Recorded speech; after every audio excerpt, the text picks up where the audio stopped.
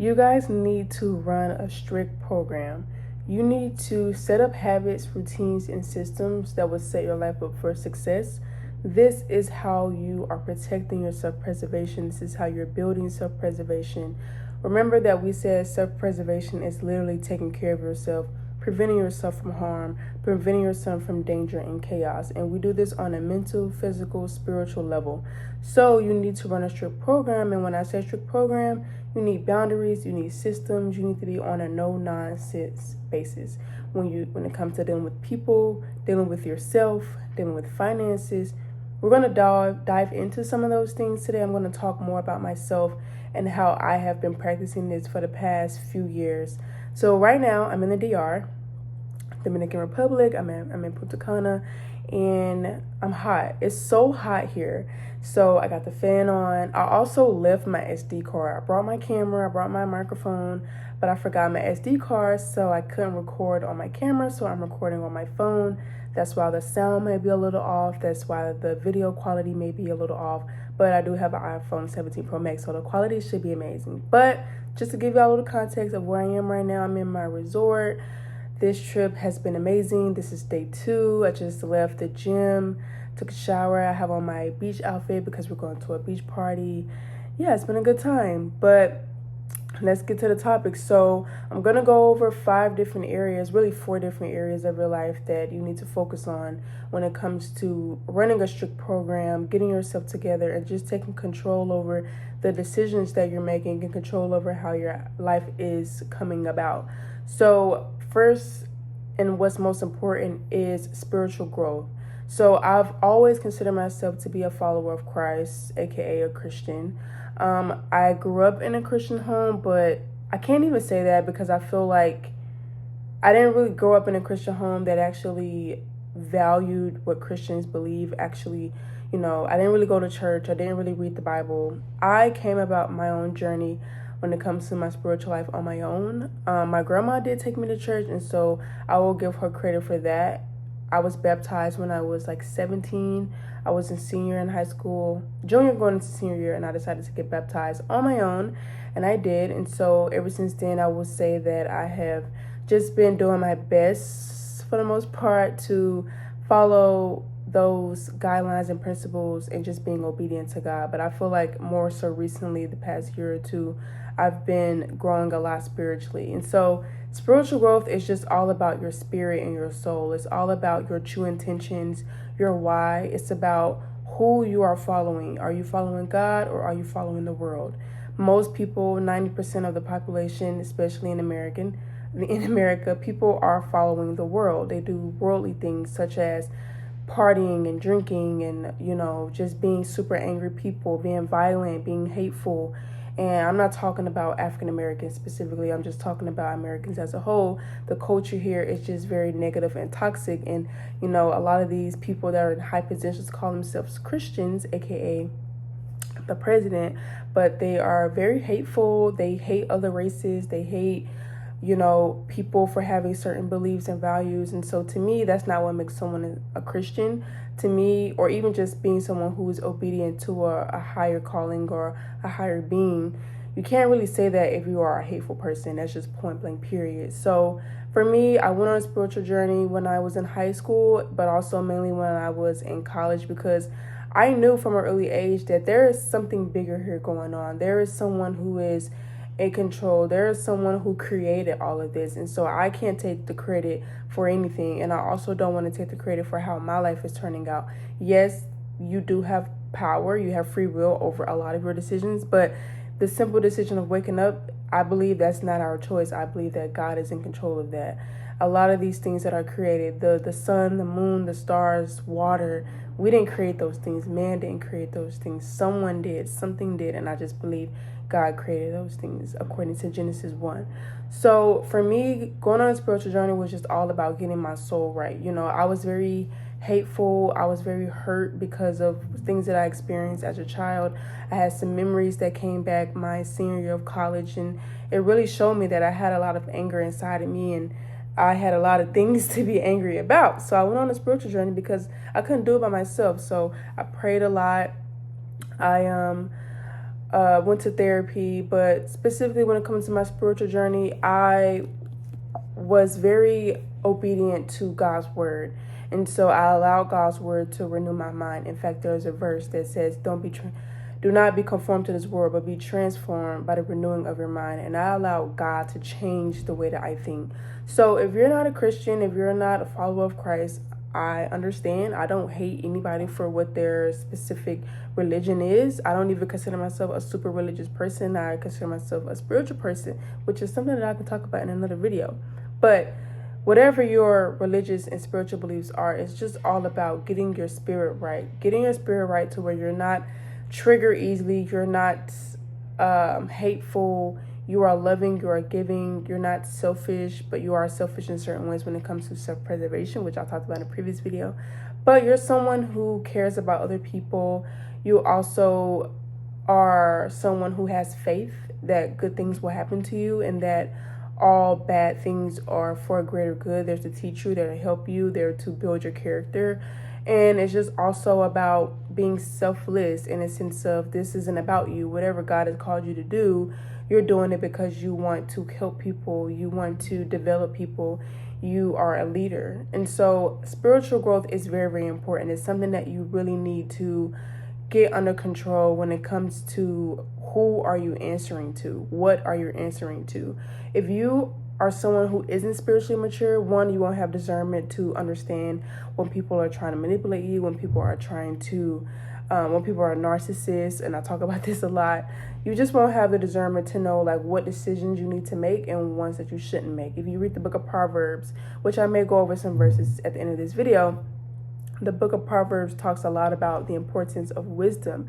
You guys need to build spiritual wisdom as well, and just understanding that what's happening here in this world is spiritual warfare. You have good versus evil. It's just so true. And so you need to build a spiritual life, whether that's praying consistently, journaling, writing to God, writing letters to God, surrendering to his will, not your own will, doing what God wants you to do, not what the world wants you to do, not what your parents want you to do. Building spiritual maturity is just so important. Like if you don't have that, you will fall for any and everything. If you don't have standards for what you will or won't allow yourself to do, Lord, you will fall for anything and you will live a very chaotic life, which is the complete opposite of self-preservation. Now we're going to talk about personal development, and these two go hand in hand. When I started my spiritual journey, I also started my self-development journey. But for me, I kind of had a huge advantage because I got my degree in social work, and all of this was happening while I was studying social work. I learned a lot about trauma. I learned a lot about nature versus nurture. I learned a lot about human behavior, triggers, and all of these different mental disorders and things that we experience. And although I do think there's a lot of truth when it comes to mental health, it's very serious. I believe that the underlying issue with all of that is spiritual maturity. And so that's a whole nother topic. But I say that to say that they go hand in hand. So for me, personal development was just about understanding other people so that I can further understand myself. So like I said, something that I talk about a lot is understanding when people are trying to manipulate you, when people are gaslighting you, when people are being a narcissist, when they're trying to use you, when people are closed-minded, when they are full of anger. Like, for example, it's important to understand that when you go out into the world and you deal with angry people, 9 times out of 10, you didn't do anything to them. They're mad at somebody else and they're taking it out on you. Is it fair? No. But understanding that allows you to keep your composure and not take it personal so that you can say, you know what? It's them and not me. I'm going to keep it moving. I'm going to let it go. You have to live a life where you don't allow everything to control you. You don't allow everything to trigger you. You don't allow external things to move you because, Lord, you will be angry all the time. You will be upset all the time. So when it comes to personal development, it's very important that you pour into it. For me, I listen to a lot of personal development content. I listen to a lot of spiritual content. I go to church almost every single week. My pastor is someone who integrates the two. It's not just about religion. He's very big on self-development and being a leader. He has a business mindset, and he's older. He's in his late 50s, and that's his mindset. And so he's a teacher for me. So it's important that you find people you trust to listen to. You go on a journey to educate yourself so that you will understand a lot of the qualities that people have that are detrimental, but also learning those qualities that you need to live a successful life, to live a life, like I said, where you're not triggered easily, where you're not allowing people to control you, allowing people to manipulate you, things of that nature. We're going to talk about financial discipline. So like I said, we're talking about how to get your life together. So first we talked about building spiritual maturity, finding someone to listen to educate you on how to grow spiritually, how to surrender, what it means to have faith, what it means to get your heart posture in the right place, because everything is about your heart posture. It's about how you feel about yourself, but also how you feel about other people. So build spiritual maturity. We talked about personal development, going on this journey to understand human behavior, human nature, so that you will understand other people while also learning yourself, so that you can develop certain skill sets to help you be a better person in your career, in your relationships, in your family, in your friendships, things of that nature. We're going to talk about financial discipline. We live in a very capitalist world. We live in especially a capitalist country. If we live in America, we live in a very consuming country, consuming world, where everyone is consuming content, but also everyone is consuming products and services and needs. Right now, I'm on vacation, and this vacation was actually free for my husband and I, but that's a whole nother conversation. But when I go on trips, I have worn the same outfits for 3 or 4 trips. This is my 3rd vacation this year.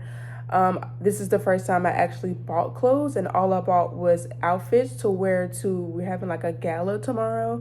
I bought a really nice dress from Shein. I bought, I think, maybe 1 or 2 new bathing suits, and that was it. I bought some little accessories. Didn't spend more than $100. But my last 2 vacations, I didn't buy anything, and I wore exactly what I wore from my vacations from last year. I am very big on financial discipline. For me personally, I talked about this in a previous video where I realized that I was stuck in my ways. I was stuck in these toxic cycles of starting over multiple times throughout a year, where I would clean out my savings, clean out my investments, just because I was not making smart decisions when it comes to work. And I took a lot of risks, and I'm very grateful for it. I learned a lot, but I also held myself back in a sense of financial progress. So about a year ago, I started a job in August. I'm coming up on a year, and I've gotten promoted, 1, 2 times, and I'm about to get promoted. This is when I come back from my trip. So excited. I've gotten, I think, 3 or 4 raises in between time. I've built a basic emergency fund, but now my goal is to grow that even higher. So that's what I'm working towards. I also started my debt-free journey in March of this year. And even with that, I've already paid off I had 1 business loan. I paid that off. And then I have 3 student loans.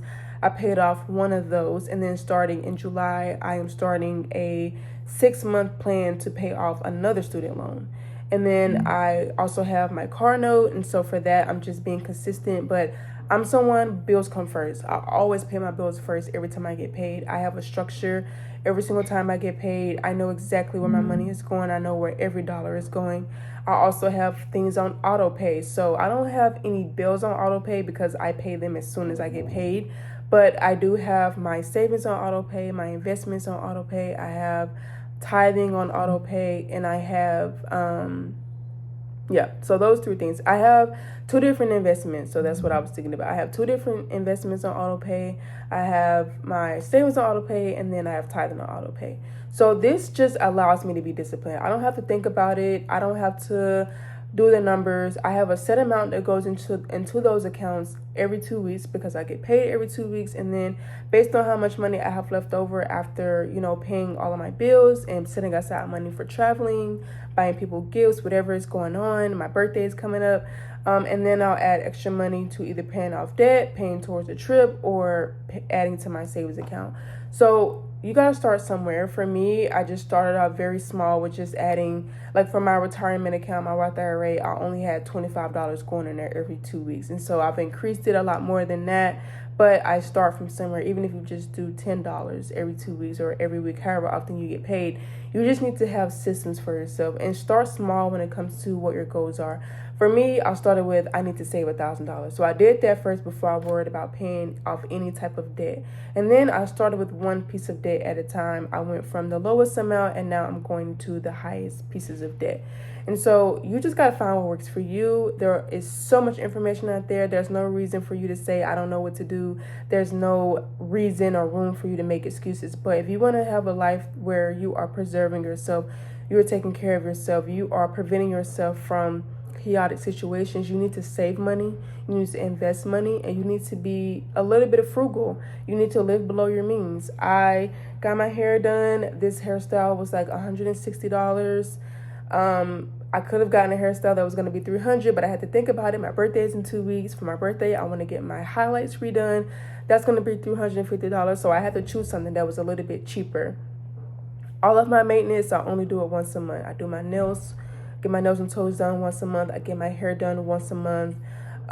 Waxing, I do that once a month. I do take care of myself, but I also am very intentional about what I'm spending my money on and how often I'm doing it. I have a budget for spending money for the 2 weeks in between me getting paid. That is something that I'm having to be a little bit more disciplined with, because sometimes I'll spend it all and then I'll pull from, like, I have 2 savings accounts. I have one that's like emergency fund I never touch, and then I have one that's kind of like, oh, if somebody want to book a trip, I'll pull from that, or if I spend all my spending money, I'll pull from that. But I'm going the next level and saying, if I spend all this money, that is all. So that's causing me to be a lot more intentional with what I'm spending that spending money on. So it's important that you just build a routine for yourself, have systems. You just want to save yourself. You want to be able to have money. You need money. It's unfortunate that we live in that type of society where you need money for everything, but it's just our reality.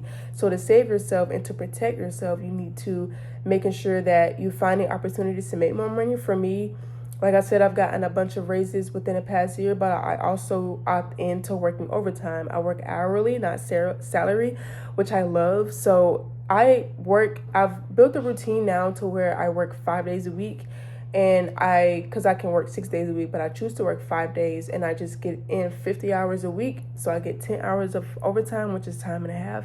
And it's amazing. Like, I get an extra $400 to $500, and that's after taxes. So I use that money strategically, but you need to find ways to make more money, whether you're doing DoorDash or Uber on the side. For me personally, I used to do that, but it's just not sustainable to me. I'd rather just stay at work longer than I need to be than having to leave work and then go drive around the city, especially in Atlanta. I am working on building a business, a brand, but also like finding other ways to build another source of income, because I do believe in having multiple sources of income. As a personal trainer in the past, I had like 4 or 5 sources of income, and it was amazing, but it also was not stable, which is why I had to find a job that was more stable to get me to a point where now I can take risks. So financial discipline is very, very important for self-preservation. And then lastly, fitness. Y'all know, as I said, I used to be a personal trainer, but fitness and health is a lifestyle. It's not just something that I do or was doing to get paid. It's something that I really, really am passionate about. So like right now I'm on vacation. Like I told you, I just went and worked out. I did a 2-mile run. Me and my husband are running a 10K on July 4th, which is next Saturday. We're very excited. So we've been training for that. But I do strength train 4 to 5 times a week. Right now it's just 3 days a week with me doing a lot of running. I do eat clean for the most part. I drink a lot of water. I don't drink any alcohol. I limit my junk food. Right now, I'm not eating any fried foods. I'm focused right now on eating a lot of fibers. So I've been making sure that I'm eating more vegetables and fruits with every single meal. Last night, I had a steak with some mashed potatoes and vegetables. Breakfast today, I had an omelet with some kiwi for fiber. I had an orange or some orange. I had some turkey sausage, and then I also had a slice of whole grain bread, and I had a cinnamon roll. So I balanced it out, but I made sure that I ate all of my whole foods first, and then I went in for a little bit of a pastry. But you need a routine for that as well. You need to go on walks often, move your body. I'm blessed to have a job where I am on my feet all day. I do sit down a bit because I do now do computer work. I make the schedule now at work, which is so awesome. I love it. But it is causing me to sit down more, but I don't care because that's only like 2 hours of my day when I'm spending the other 10 to 12 hours on my feet. And I do work out every single day. Even if I don't go to the gym, I'll go for a walk. Or if I do go to the gym and I don't work out, I will do at least a 30-minute walk. But you need to move your body, get you a gym membership, or follow YouTube videos. But it's something that you just have to make a non-negotiable. There's no excuses anymore. You guys need to take care of your body for the future you, but also for the current you, because you want to feel good. If you feel good, you'll look good, and vice versa. If you look good, you'll feel good. So don't just do this for physique. Do this because when you're in your 50s, you want to be able to walk around, play with your grandkids. You don't want to have any joint pain. It's all correlated. If you look at people in your life who are full of aches and pain, they didn't strength train at all. They don't strength train at all. So their muscles are really weak. Their joints aren't strong at all. So they got all this weight sitting on their joints, which is causing them to ache and pain. Look it up. This stuff is real. This is not just foo-foo. This is real information. I know this because I study it. You need to be eating more whole foods. You need to be drinking your water. You need to limit the alcohol, limit the processed foods, limit the eating out. Gosh, please limit the eating out. Eating out is it's just so bad. Like, it really is. They put so much chemicals in the food, and everything is fried. Everything has extra sugar and salt and sodium to preserve it for you, to make it taste good. We don't need that stuff in our body. We are literally adding poison and foreign objects to our bodies, which is causing all of these diseases and cancers. So self-preservation is about taking care of yourself, one, for your current self, to feel good, to be good, but also for your future self. If you focus on your finances now, when you're in your 40s and 50s, you can relax, you can chill, you can retire early. If you focus on your fitness now, you can still move around when you're older. If you focus on your spiritual growth now, your personal development now, you will have wonderful relationships, whether it's in your marriage, your friendships, your work life, your family. Like, you need to nurture yourself so that you can have prospering relationships. Self-preservation is just not about having boundaries. It is, but it's also those habits and systems and routines that will allow you to flourish, allow you to take care of things that may happen in the future. If something happens to your car, you're able to pay for it because you have money saved up.